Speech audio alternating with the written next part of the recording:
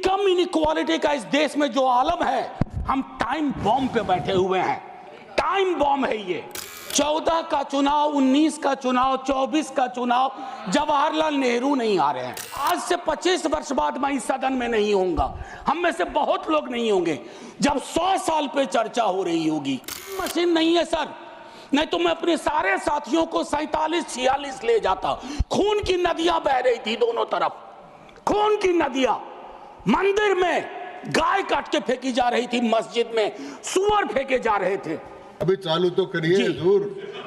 Sir, माननीय सभापति महोदय, अच्छा है हम सब संविधान पे बात कर रहे हैं। उस सदन में भी हुई, इस सदन में भी तमाम साथियों ने संविधान पे बात की। अपना अपना दायरा है, अपनी अपनी सोच है, अपनी अपनी प्राथमिकताएं हैं, लेकिन महत्वपूर्ण ये है कि हमने संविधान पे बात की। कई ओहदेदार लोग दूसरे स्तंभ के, वो तो ईश्वर से बात करने लगे हैं। भगवान को कितना काम है, किसी की नौकरी लगवानी है, किसी की शादी करवानी है, किसी को चुनाव जितवाना है, तो किसकी पर्ची निकलेगी, किसकी अर्जी लगेगी। तो अच्छा है कि हम संविधान के दायरे में बात कर रहे हैं। माननीय सभापति महोदय, नेहरू जी पर बहुत चर्चा होती है। जब से इस संसद में आया हूं, और मैं इस नई सरकार के बाद ही सदन में आया हूं, बचपन में सोचा करता था पार्लियामेंट पहुंचूंगा, लेकिन आज एक कन्फेशन करता हूं, हमेशा अपने को विपक्ष में देखता था, तो विपक्ष में ही हूं। तो सर ऐसा है, मैंने कई दफा कहा है, 14 का चुनाव, 19 का चुनाव, 24 का चुनाव, जवाहरलाल नेहरू नहीं आ रहे हैं, विपक्ष आ रहा है, कांग्रेस आ रही है। 100 साल आप चुनाव जीतेंगे, लेकिन नेहरू को फिर भी वहां खड़ा पाएंगे, क्योंकि अथॉरिटेरियनिज्म के खिलाफ, पार्लियामेंट्री डेमोक्रेसी के प्रतीक हैं नेहरू। वो ढाल हैं, वो रक्षा कवच हैं। और मैं आपको बताऊं, हमारे नड्डा साहब ने जेपी का उद्धृत किया, और मुझे अच्छा लगा कि जयप्रकाश जी ने जब इंदिरा जी को, वो इंदू लिखा करते थे, जब चिट्ठियां लिखी ना इमरजेंसी के दौरान, तो नेहरू को इन्वोक किया। I am writing to you in the name of your father Jawaharlal Nehru. वो ऐसे व्यक्ति थे, जब उनकी आलोचना नहीं होती थी तो छद्म नाम से अपनी आलोचना स्वयं करते थे। तो मैं क्या कहूं, जयप्रकाश जी का कश्मीर पर जो नेहरू जी को चिट्ठी थी या इंदिरा जी को चिट्ठी थी, अगर वो चिट्ठी आज मनोज कुमार झा अपने नाम से कॉपी पेस्ट करके लिख दे, तो सर शाम तक मैं टेलीविजन डिबेट में विलेन बन जाऊंगा। मेरे पर यूएपीए लगे ना लगे, सांसद हूं शायद ना लगे, लेकिन बहुत तरह की तोहमत लगेगी। सर एक आवश्यक बात, हम महापुरुषों की जन्मतिथि पुण्यतिथि पर माल्यार्पण वाले दुनिया के नंबर 1 देश हैं।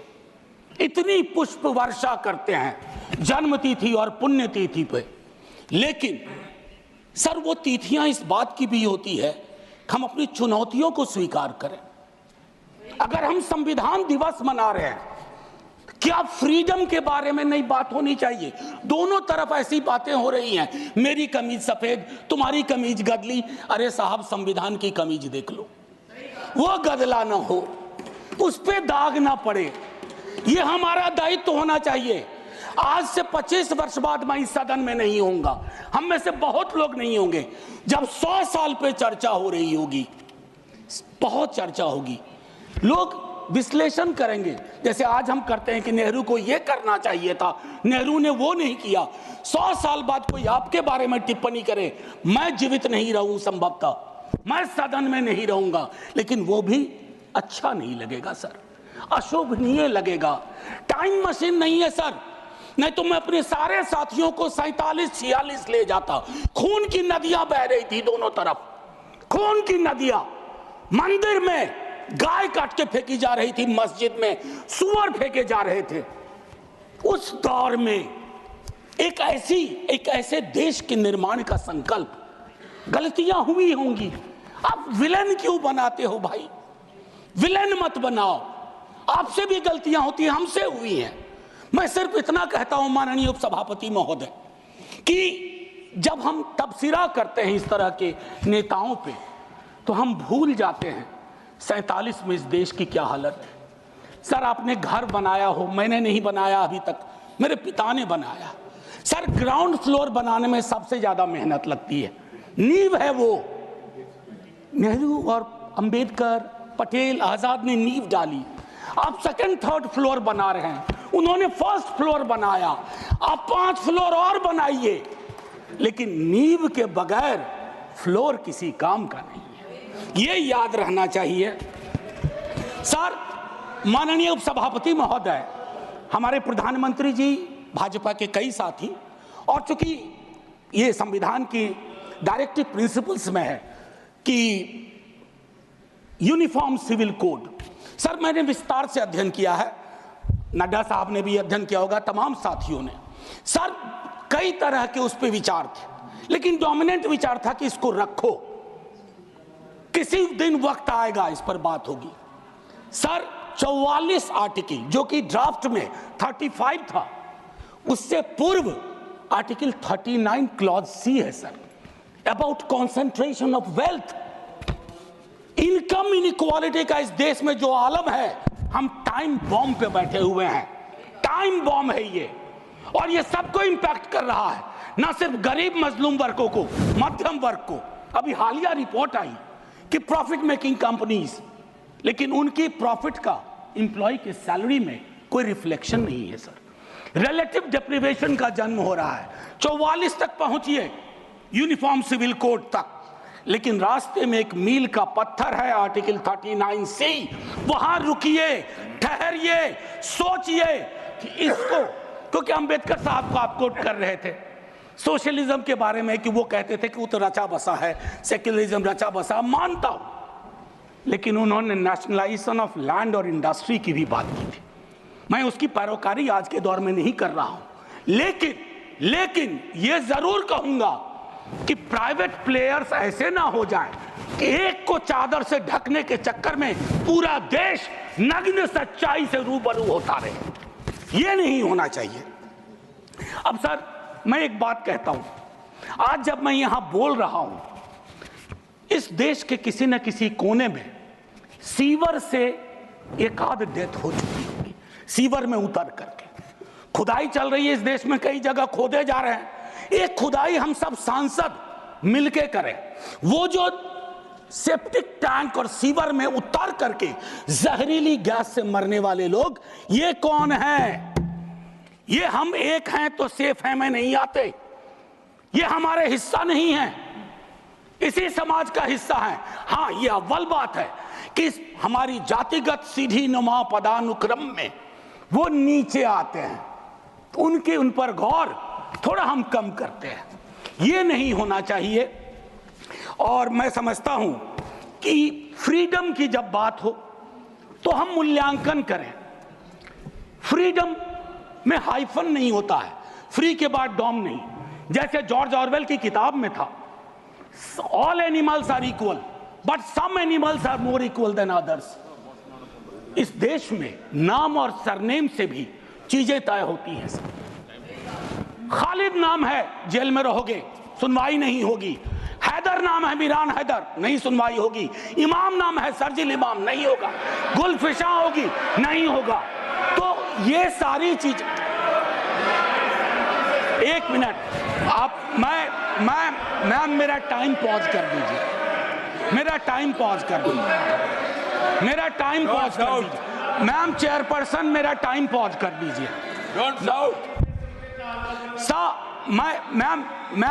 मैम मैं सिर्फ इतना कहना चाहता हूं, अभी यहां बोल रहा हूं, मूलवासी बचाओ संघ मंच है छत्तीसगढ़ में, अनलॉफुल बना देते हैं आप।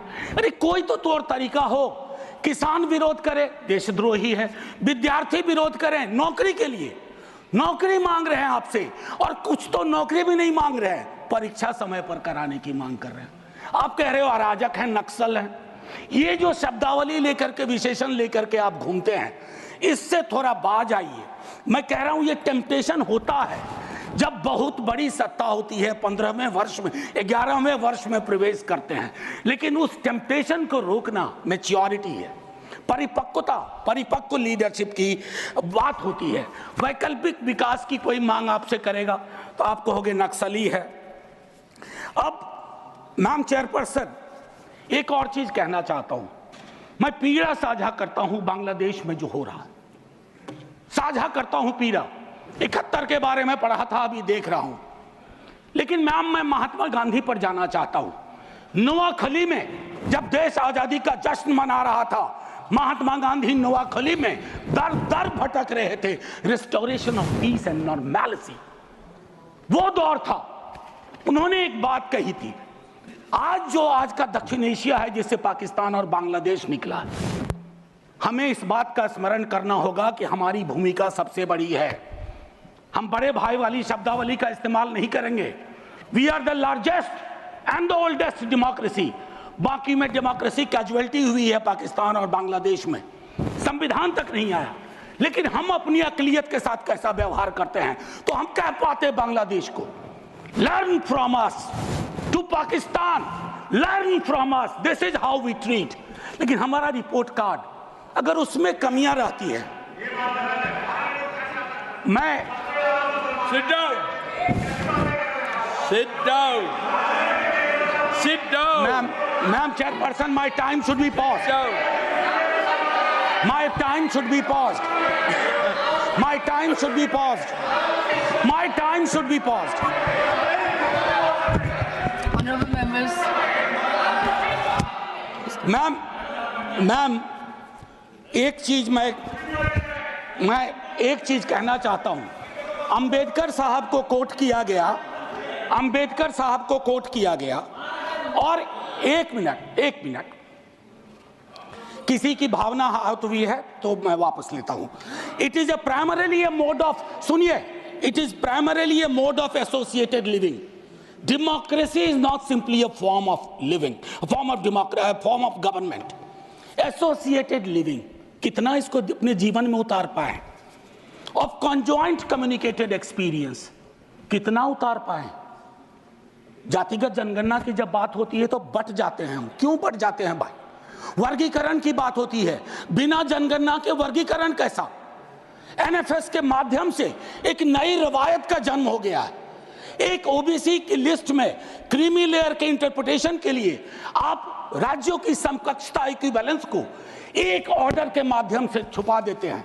आपका दोष नहीं भी दूंगा, कहूंगा कि अधिकारी वर्ग के अंदर अभी भी वो मानस है कि वो रिप्रेजेंटेशन से परेशान होता है, चिढ़ता है, उसको लगता है ये यहां कहां आ गए। अभी बिहार में सर्वेक्षण हुआ, कई लोगों ने कहा हम तो इतने कम नहीं हो सकते। विजिबिलिटी और न्यूमेरिकल स्ट्रेंथ में फर्क होता है।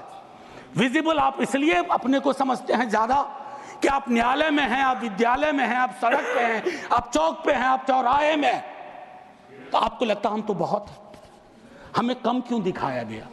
उसके इस रिश्ते को हम सबको समझना होगा। मैम चेयरपर्सन, और जो मैंने कहा conjoint experience and associated living, together with that I'll take you for a minute to what Jawaharlal ji said in the beginning of objective resolution.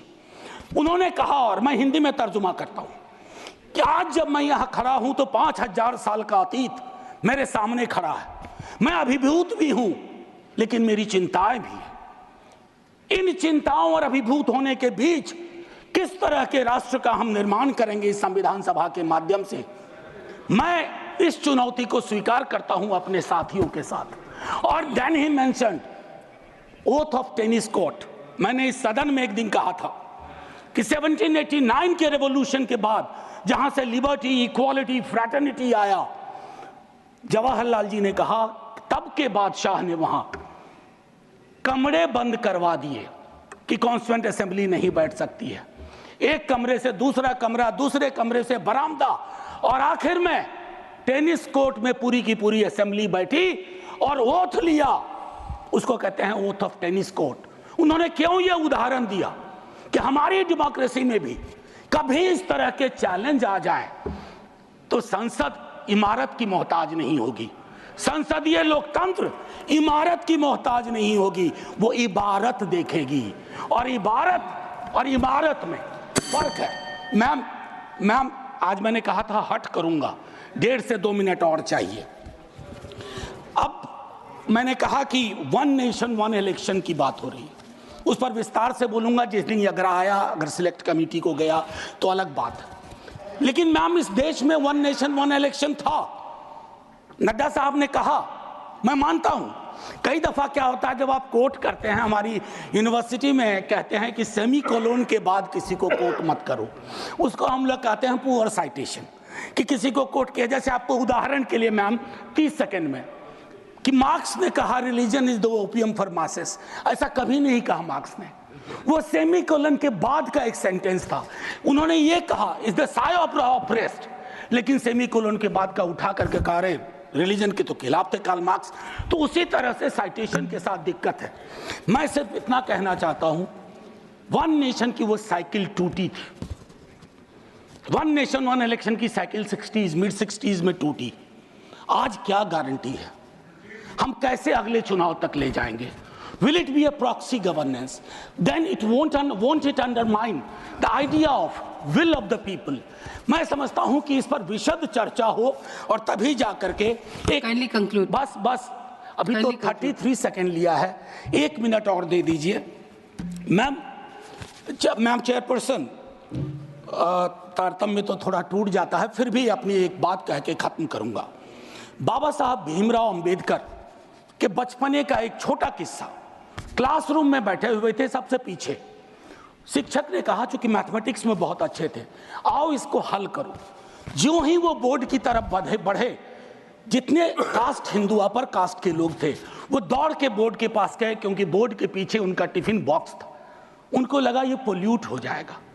Ma'am आज वो मान्यताएं नहीं हैं, लेकिन पोल्यूशन प्योरिटी की नई मान्यताएं आ गई हैं, एक्सक्लूजन की नई मान्यताएं आ गई हैं। और आखिरी में ऑस्विज एक जगह थी पोलैंड में, जहां जिसको सिर्फ गैस चैम्बर से मत समझिए, ऑस्विज के बनने में सालों की नफरत और घृणा थी, जिसका अंजाम ना सिर्फ जर्मनी में भुगता गया, पूरी दुनिया ने। तो ये नफरत घृणा, इस पर लगाम लगे ना तो हर मोहल्ले में ऑस्विज होगा। और आखिर में मैम, मैं आज जद पे अगर हूं, निशाने पे, मैं आज जद पे अगर हूं तो बदगुमा न हो, चिराग सबके बुझेंगे, ऐसी हवा किसी की नहीं होती। शुक्रिया मैम, जय हिंद। Shri Abdul